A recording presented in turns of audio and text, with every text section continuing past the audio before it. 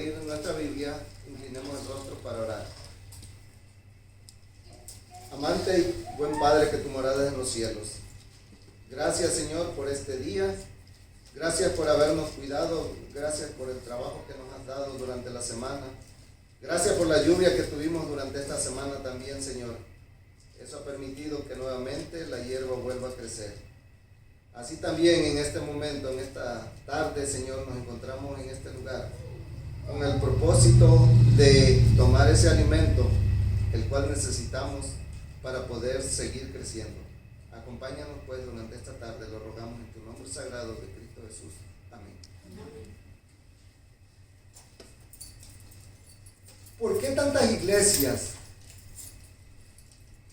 si todas dicen tener la verdad? Y muchos escuchamos, mi iglesia tiene la verdad. Yo voy a ese lugar porque voy a buscar a Jesús, voy a encontrarme con Él. Y ayer hablábamos acerca de el regalo y encontramos que el regalo es gratuito, ciertamente. Ese regalo, ¿cuál es? La salvación. Es gratuito, pero nosotros tenemos ¿qué cosa? Que hacer un compromiso con Dios. Y en esta hora, en esta ocasión, hablando de la iglesia verdadera, ¿qué es para nosotros?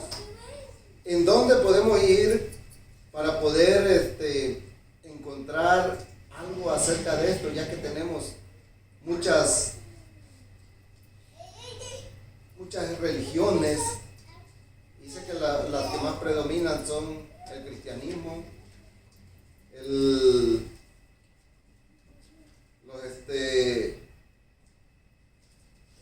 hinduismo, y así consecutivamente, las que tienen más, más seguidores. Pero también hay una parte a nivel mundial que no cree en nadie, y dice que prácticamente tiene el mismo porcentaje. Pero todas dicen tener la verdad. Así que en esta tarde vamos a ver qué nos dice o cómo encontrar la iglesia verdadera. Cómo encontrarnos con esa iglesia. Cómo saber si realmente en el lugar que estamos es la iglesia verdadera. Cómo saber si realmente no estamos equivocados. Y para esto voy a invitarlos a ir al libro de Primera de Timoteo, en el capítulo 3 y el versículo 15. Primera de Timoteo, en el capítulo 3 y el versículo 15. Ahí vamos a encontrar un mensaje que Pablo le envía a Timoteo. Primera de Timoteo 3:15.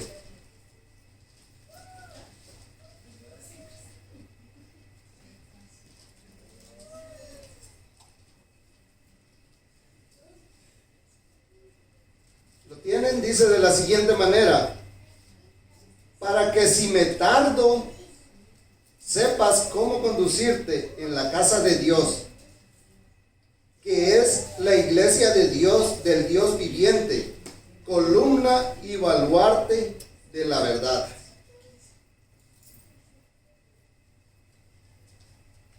Aquí encontramos ¿qué cosa? Que la iglesia es columna y es baluarte de la verdad.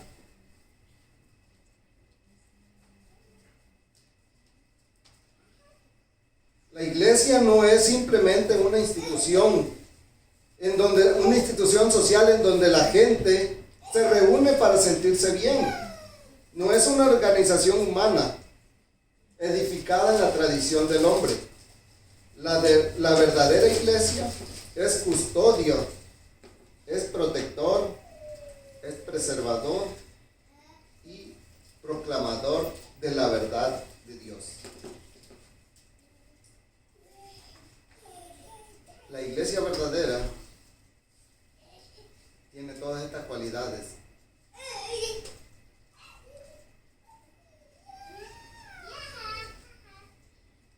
Dice aquí, al final de la controversia religiosa, John Milner resume nuestro dilema de esta manera. Hay solo una pregunta que debemos hacer, y es: ¿cuál es la verdadera iglesia?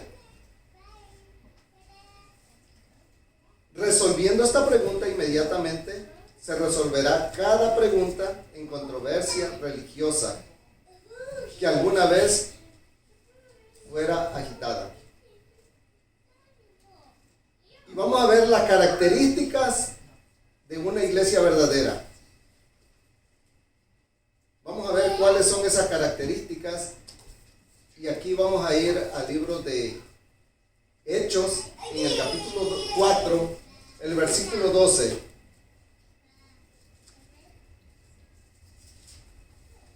Hechos en el capítulo 4 y el versículo 12.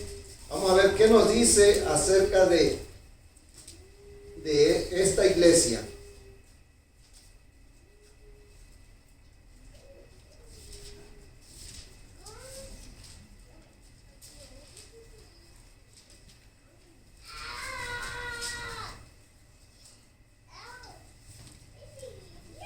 Hechos, el capítulo 4, el versículo 12.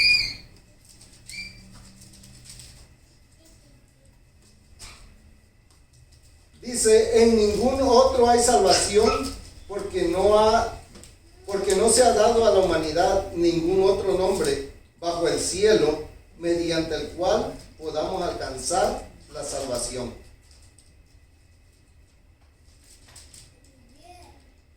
¿Qué es lo que tiene esta? Hay otro lugar, o hay otra iglesia que tenga algún personaje que pueda darnos salvación, que pueda perdonar nuestros pecados. Una iglesia verdadera dice que debe realzar a Cristo. Por eso dicen: ningún otro, ¿qué cosa hay? Hay salvación.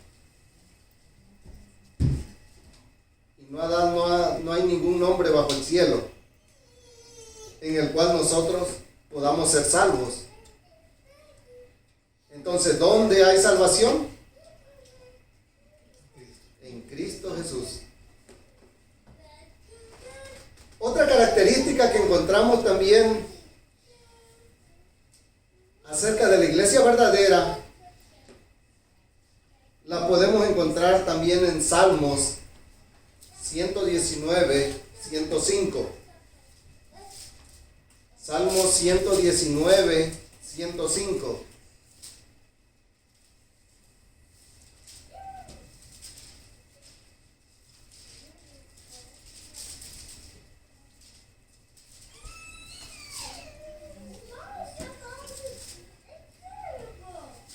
¿Qué dice? Lámpara, ¿qué cosa es? A mis pies, la palabra. Entonces, ¿para qué nos sirve este libro? ¿Qué dice? Para alumbrarnos, ¿en dónde? En nuestro camino. ¿Qué quiere decir entonces cuando dice lámpara es a mis pies?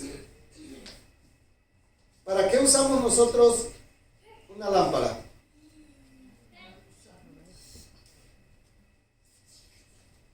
¿Será que nosotros vamos a usar una lámpara en un lugar donde está, en este lugar? ¿O dónde la usamos? En la oscuridad. ¿Para qué nos sirve? Para que al caminar no tropecemos.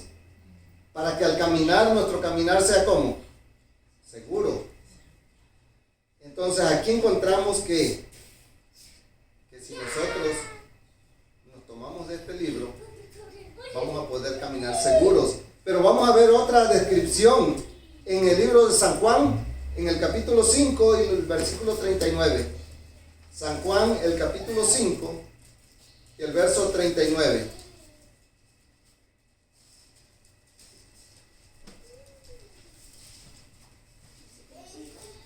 5:39.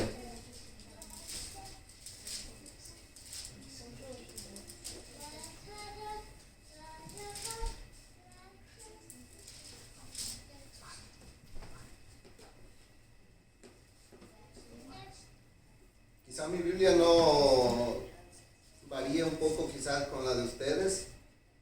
La mía dice de la siguiente manera: ustedes escudriñan las escrituras porque les parece que en ellas tienen la vida eterna, y son ellas las que dan testimonio de mí.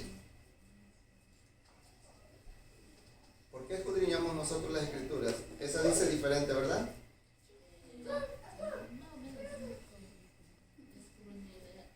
Escudriñad la escritura porque a vosotros os parece que en ellas tenéis la vida eterna, y ellas son las que dan testimonio de mí. Exactamente. ¿Sí? ¿De quién dan testimonio? ¿De quién da testimonio la Biblia? De Jesús. Entonces, ¿qué hace la Biblia? ¿Cuál es su función de este libro? Su función es que realzar el nombre de quién? El nombre de Cristo, el nombre de Dios. En el tiempo de que cuando Jesús ascendió, cuando sus discípulos se quedaron en este mundo, ellos quedaron con una encomienda. Y durante su estancia, durante su vida, la iglesia prácticamente estuvo perfectamente, dice, arraigada en la palabra de Dios. Con el paso del tiempo,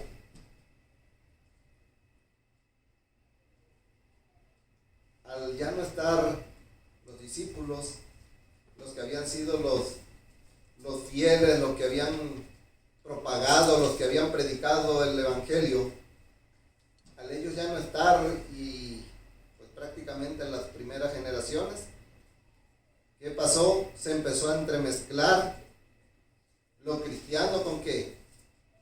Con lo pagano, con las ideas que tenía el mundo, y en este caso los gobiernos de ese tiempo, a tal grado de contaminar las creencias en Dios. Y se vieron interpuestas diferentes aspectos que hicieron que todos los cristianos, muchos tomaron la decisión fielmente de mantenerse firmes, de mantenerse en sus creencias en las cuales habían sido enseñados. Pero así también como muchos decidieron permanecer, hubieron personas también, hubieron cristianos que decidieron irse por otro lado, irse por lo que era lo más común, irse en las multitudes. Y nosotros podemos encontrar en la Biblia que los hijos de Dios son contados ¿por qué? Por minorías. Y ha sido desde el principio. Podemos encontrar que cuando Noé, fueron 120 años que él estuvo, dice, cada martillo que pegaba era un mensaje que él daba. Pero la gente, ¿qué hizo? La gente no quiso oírlo. Dice que quizás había muchos que se impresionaban, pero al paso del tiempo empezaron a: este hombre, ¿qué inventos trae? qué ocurrencia, no había llovido, ¿cómo es posible que vaya a haber algo así? Y llegado el momento, ¿qué pasó? Vino la lluvia. ¿Cuántos se salvaron? Vino el diluvio, ¿cuántos se salvaron? 8 personas. Fue muy pocas personas las que perecieron en esa ocasión. Y hay análisis, ¿cómo se llama? De cómo crece la población. Y dicen que más o menos la población de ese tiempo era alrededor de unos 200 millones de personas, porque recordemos que las personas vivían casi 1000 años. Entonces, era una gran cantidad. El mundo, dice, estaba, de acuerdo a los análisis que se hacen de cuánto crece la población en los porcentajes, era una muchedumbre. ¿Cuántas personas siguieron a Jesús? Solamente 12, y cuando Jesús ascendió solamente habían ¿cuántos? 70. Cuando Elías ofreció el sacrificio y estaban los sacerdotes de Baal, cuando Elías se fue triste, porque nadie había cambiado, nadie había decidido seguir a Dios. ¿Hubieron cuántas personas que no habían doblado sus rodillas? 700, 800 personas, 750 parece, que no habían doblado sus rodillas. Pero de todo el pueblo de Israel, era una minoría, un remanente. Cuando el pueblo de Israel es llevado en cautiverio por el rey de Babilonia,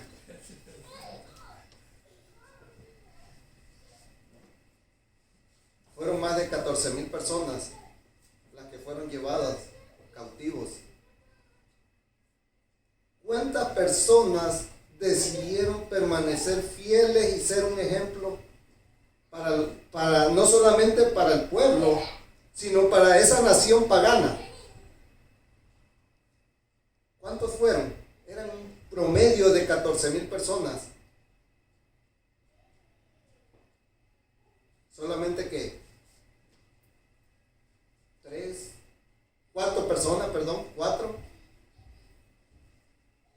4 jóvenes, Daniel y sus 3 amigos, los únicos que decidieron permanecer fieles en lo que ellos habían creído. Muchas veces nosotros, o la humanidad, se va por las mayorías y dice, no, si es que aquí llega mucha gente, quiere decir que aquí está la verdad.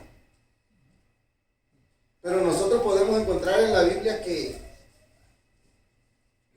Jesús no es de mayorías.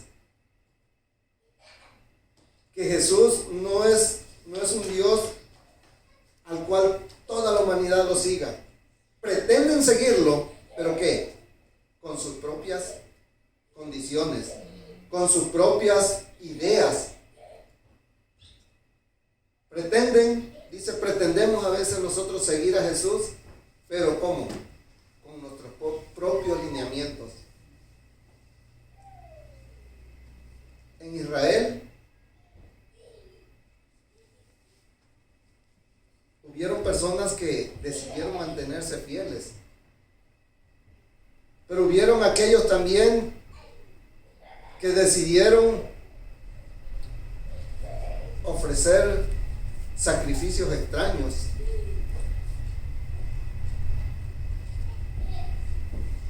Un personaje que no recuerdo ahorita su nombre, había robado dinero a su madre y después le dice cuál era, que él había guardado el dinero. Entonces su madre dice: en agradecimiento voy a hacer un altar para alabar a Dios. Un altar cuando Dios había elegido el lugar donde se iba a adorar a Dios. Ellos estaban haciendo otra iglesia fuera de lo que Dios les había mandado. Como consecuencia, después llegan los otros hijos de Israel que ya habían tenido su herencia, iban a visitar otra tienda y dicen: bueno, eres del pueblo de Israel, eres sacerdote, y esta persona que estaba como sacerdote de esa, podríamos decir, de esa congregación, era levita. Pero lo que pertenecía, lo que realmente ofrecían el sacerdocio, tenían que ser ¿qué? Personas que vinieran del linaje de Aarón. Los levitas solamente servían fuera, pero esta persona lo invitó para que él fuera su sacerdote, y según él consultaba a Dios. Y así encontramos muchas opciones, muchos lugares donde el mismo pueblo de Dios, aún conociendo, ellos decidieron tomar otros lugares, tomar otros caminos. Entonces, aquí encontramos que la iglesia verdadera es aquella que eleva el nombre de Dios. Además, otra característica que tiene la iglesia verdadera. Vamos a ir al libro de Apocalipsis, en el capítulo 12 y el verso 17. Vamos a ver cuál es otra de las características de la iglesia verdadera.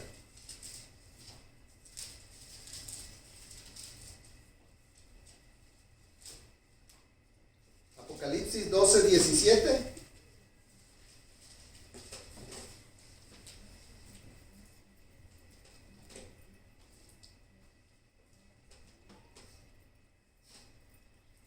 Entonces el dragón se llenó de ira contra la mujer y se fue a hacer la guerra contra el resto de la descendencia de ella, contra los que guardan los mandamientos de Dios y tienen el testimonio de Jesucristo. ¿Qué dice? Entonces, ¿quién? Vamos a cambiarle el nombre. Entonces, ¿quién? Satanás, ¿qué hizo? Dice: se llenó de ira. Y vamos a cambiar el nombre de la mujer por la iglesia. ¿Y quién es la iglesia? ¿Quién es la iglesia? La iglesia somos ¿qué? Nosotros. Dice: se fue a hacer guerra. ¿Contra quién? Contra la iglesia. Eso, se fue a hacer guerra ¿contra quién? Contra ti, contra mí.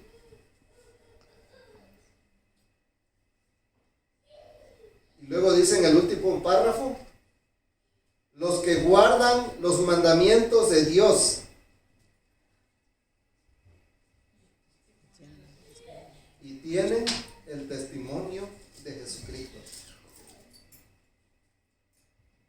Ahora viene otra pregunta. Aquí podemos encontrar que la iglesia verdadera guarda los mandamientos de Dios.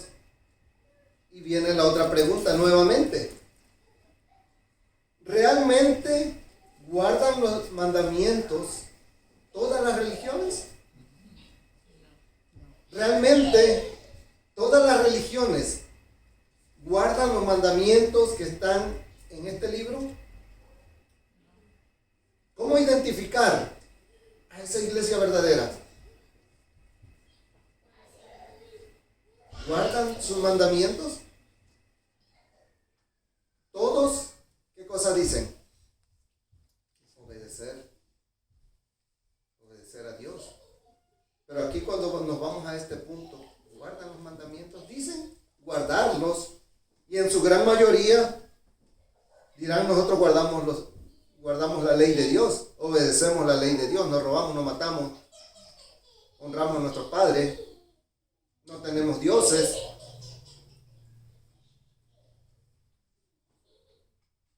Pero dicen: solamente son 9 mandamientos. Entonces, cuando llegamos al cuarto mandamiento, ¿qué dicen? Ese fue del pasado. Ese fue para los que vivieron allá. ¿Nosotros qué? Para nosotros ya nosotros, por gracia somos salvos. Somos salvos por gracia. ¿Pero qué? Dicen, ese mandamiento solamente fue para los de Israel, para el pueblo israelita. Ese no tiene ningún valor. Pero aquí encontramos que este mandamiento fue el segundo, porque lo primero que hizo Dios fue casar al hombre, y el segundo fue darle su descanso. Por lo tanto, ¿qué? Él bendijo y santificó ese día. Entonces, ¿es vigente? ¿Fue solamente para el pasado? ¿Para los israelitas? Seguramente eso no fue para ellos, porque el pueblo de Israel no existía cuando Adán y Eva fueron creados.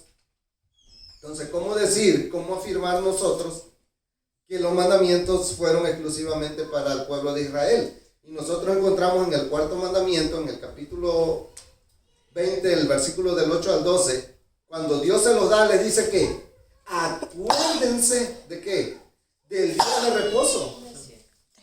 ¿Por qué? Porque en 6 días hizo Jehová los cielos y la tierra. O sea, no les está diciendo acuérdense que este día es solamente para ustedes, sino le está diciendo que es ese día para que ellos recuerden que Dios creó que los cielos y la tierra y todo lo que en ellos hay.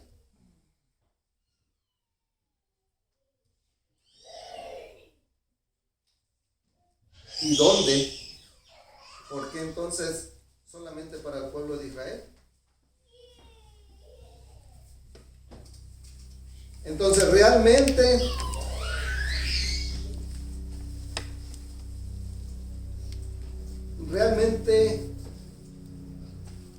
estos cristianos o estas denominaciones, estas iglesias, dicen obedecer, pero solamente 9. Y ayer leíamos que el que infringe, ¿qué cosa? En un punto, la ley, se hace ¿qué? Se hace culpable de todo. Si nosotros fallamos en uno, automáticamente estamos fallando en todo.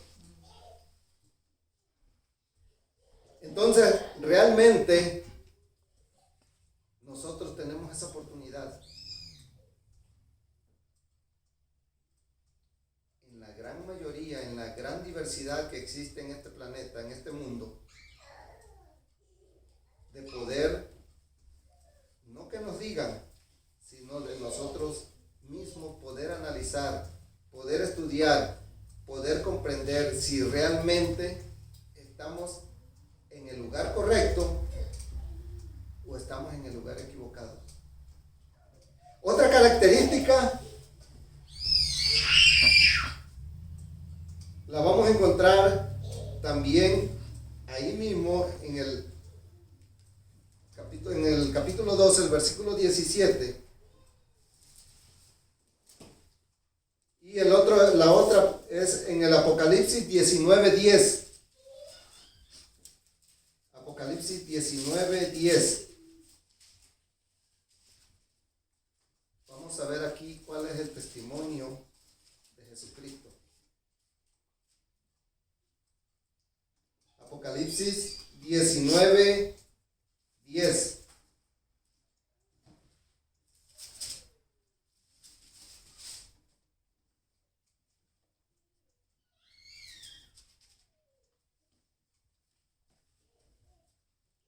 Apocalipsis 19:10 dice: yo me postré a tus pies para adorarte, pero él me dijo: No hagas eso. Soy consiervo tuyo y de tus hermanos, que retienen el testimonio de Jesús y adoran a Dios, pues el testimonio de Jesús es el espíritu de profecía.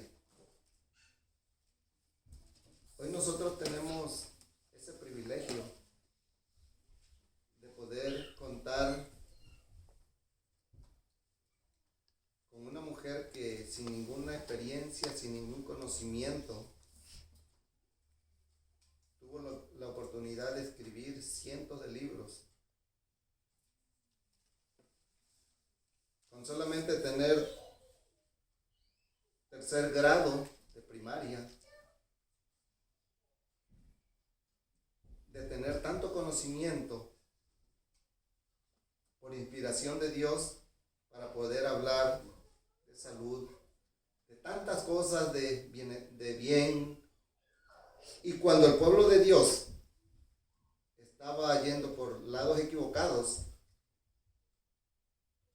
Dios le enviaba un mensaje.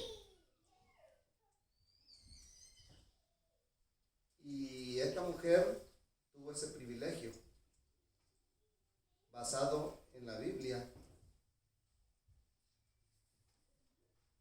Y la pregunta quizás podría ser de nosotros: ¿por qué una persona sin estudios tuvo esa capacidad? Y la pregunta es: ¿será que Dios le había dado el mensaje a otra persona? Y podemos encontrar que hubieron dos personas más que tuvieron esa oportunidad, dos varones. Pero estos varones rechazaron ese llamado. Ellos rechazaron esa oportunidad de poder ser los mensajeros. Pero gracias al estudio, gracias a su devoción de ella, pudo traer más luz cuando en ese tiempo, después de 1844, parecía que todo quedaba en oscuridad.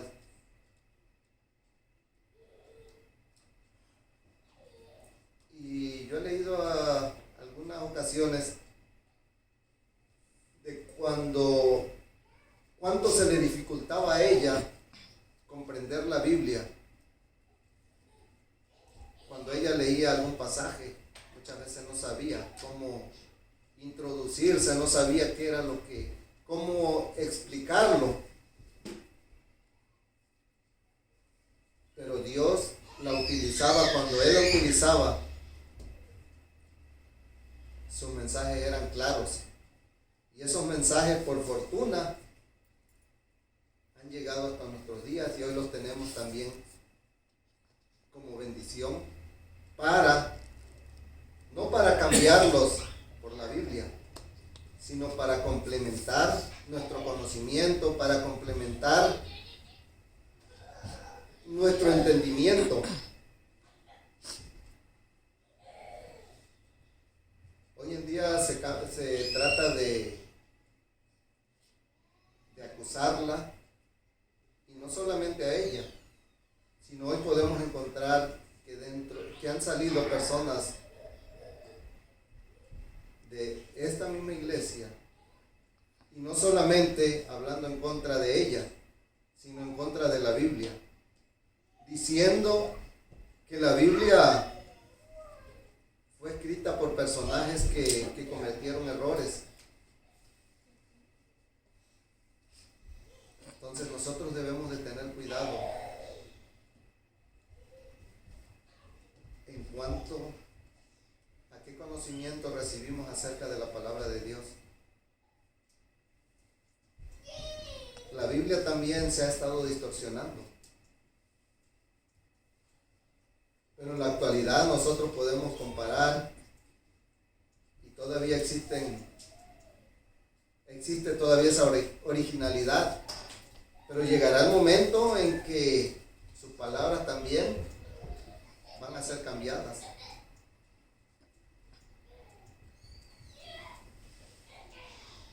quiere que nosotros nos aferremos realmente a su palabra. Y encontramos otra característica de la iglesia verdadera.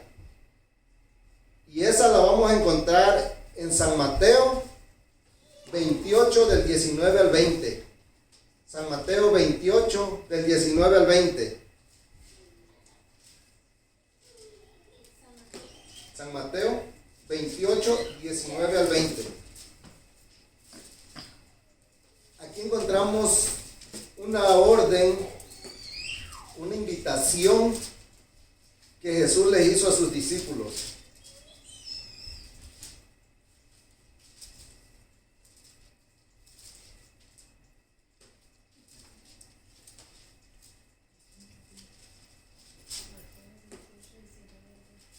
(28, 19 al 20).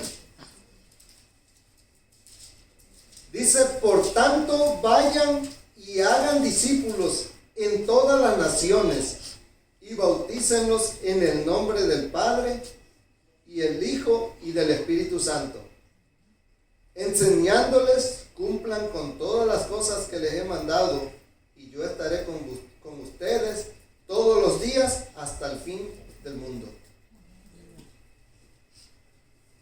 ¿Cuál era esa tarea principal que tenían sus discípulos? ¿Qué les dijo Jesús? Les dijo: vayan y váyanse a la casa y descansen y esperen a que les llegue del cielo. Si no, les dijo que vayan ¿por dónde?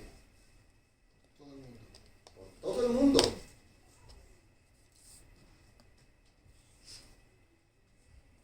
Y aquí, cuando dice vayan por todo el mundo, no solamente era para el pueblo de Israel, era todo el mundo, todas las naciones, hasta ese entonces conocidas. Y nosotros podemos encontrar cómo fue el peregrinaje de los discípulos en todas las naciones, en todos los pueblos. La pregunta es: ¿se convertían grandes iglesias? ¿Se construían grandes templos?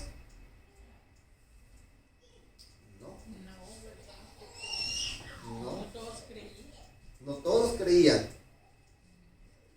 Y sabemos la historia de todos los cristianos, de los discípulos, cómo eran perseguidos, cómo eran corridos de los diferentes países, de los diferentes lugares a donde ellos iban. Pero en ese lugar quedaba uno, quedaban dos, y esos eran quienes, los que seguían predicando el mensaje. Hoy nosotros estamos en este lugar y a veces quizás podemos sentirnos tristes porque decimos tan poquitos somos.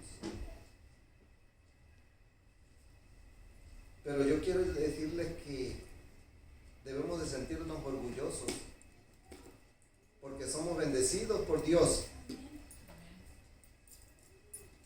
Porque Dios no es un Dios de mayorías. Dios es un Dios de minorías. Lo que Él nos ofrece al mundo no le interesa. Lo que Él nos ofrece, el mundo no lo quiere recibir. ¿Y qué es lo que nos ofrece? Vida eterna. La oportunidad de poder tener vida eterna. Pero eso al mundo que no le interesa. El mundo quiere vivir una vida pasajera. Y desgraciadamente va a pasar como en el tiempo de los antediluvianos.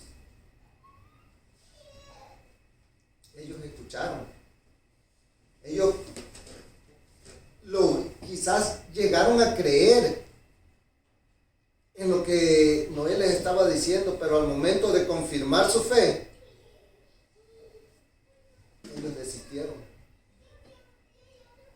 Hoy, muchas religiones, pero no todas tienen las características de esa iglesia verdadera. Y siempre decimos, ¿por qué tantas iglesias? ¿Por qué tantas denominaciones? Todas van ¿hacia dónde? Al cielo. Todas quieren llegar ¿qué? Al mismo lugar. Pero cuando nosotros nos ponemos a ver y analizar lo que la Biblia dice, vemos que solamente hay una. De esas 1800, solamente una. De las 4200, solamente una tiene la verdad.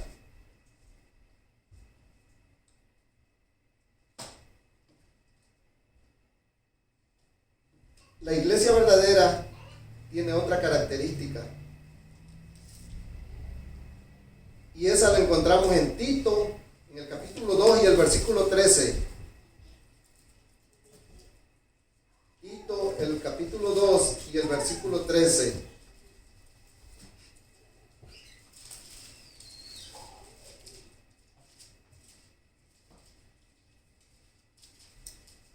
Tito está después de Timoteo.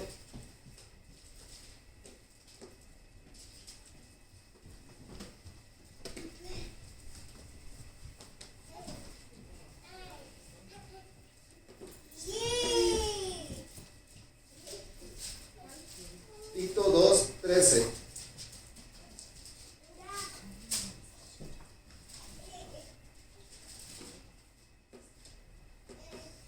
Mientras aguardamos la esperanza bienaventurada y la manifestación gloriosa de nuestro gran Dios y Salvador Jesucristo.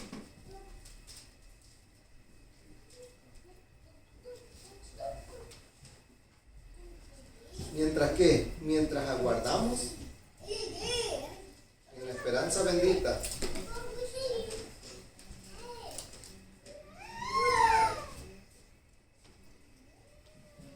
Manifestación ¿de qué? De nuestro gran Dios y Salvador Jesucristo. La verdadera iglesia de Dios vive con expectativas de este advenimiento, que hace, cree y predica con poder que Jesús viene pronto. Este evento largamente esperado es la única esperanza para este viejo mundo. Y esto de Cristo viene pronto, Jesús viene pronto, podemos decir, es algo que desde los discípulos, cuando empezaron a predicar, ¿cuál era su mensaje? Jesús viene pronto. Jesús viene pronto.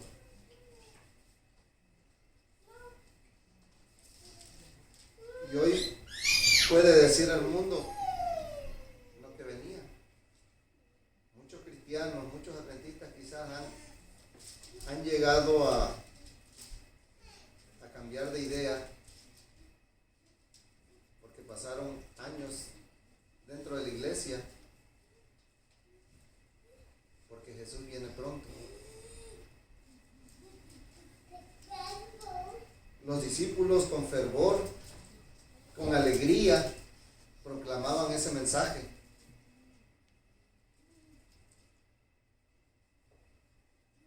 Hoy nosotros tenemos esa misma oportunidad de proclamar ese mensaje. Jesús viene pronto.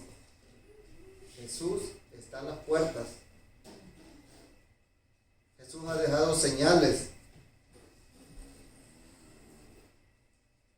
Jesús nos ha dejado un mensaje urgente. Y vemos que ese lo encontramos en Apocalipsis 14:6. Apocalipsis 14:6.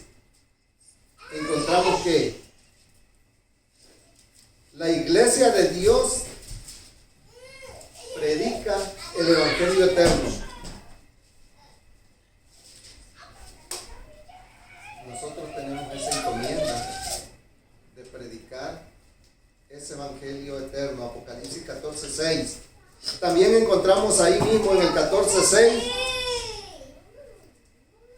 que la iglesia de Dios es mundial, es un movimiento misionero mundial. La iglesia verdadera, dice, debe de predicar el evangelio. ¿En dónde? En todo el mundo.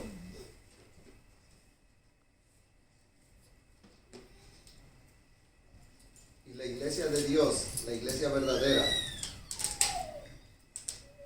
llama a los hombres y a las mujeres a darle gloria a Dios en su estilo de vida.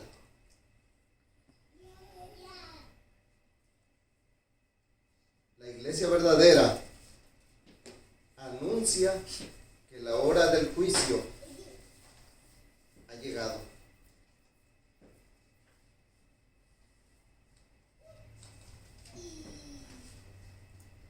Y por último, encontramos la recompensa a esa iglesia verdadera. Y eso lo encontramos en Apocalipsis, en el capítulo 22, el último capítulo, el capítulo 22 y el versículo 17.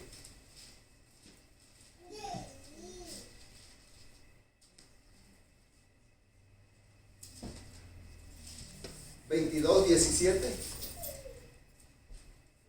Y el espíritu y la esposa dicen, ven, y el que oye, diga, ven, y el que tiene sed, venga, y el que quiera, tome del agua de la vida gratuitamente. Dice el espíritu y la esposa dicen, ven. Y la invitación para nosotros en esta noche es esa misma. Jesús quiere que seamos parte de su pueblo, que seamos su familia, que seamos ese pueblo escogido por Él. Y la pregunta en esta noche para nosotros es, ¿queremos formar parte de ese pueblo verdadero, de ese pueblo que espera la venida de nuestro Señor Jesucristo? ¿Nos gustaría formar parte de ese grupo? ¿Nos gustaría ser parte de ese selecto grupo que tendrá al final esa recompensa? Que el Señor nos bendiga.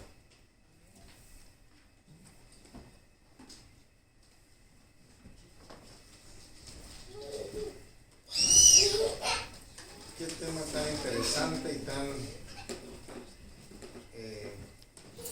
útil para nuestra vida en estos días, cuando hay tantas voces que uno escucha. Hay que escuchar la voz de Dios a través de su palabra. Juntos cantemos este himno. Iglesia de Cristo 529. Puesto de pie, por favor, para concluir. Señor,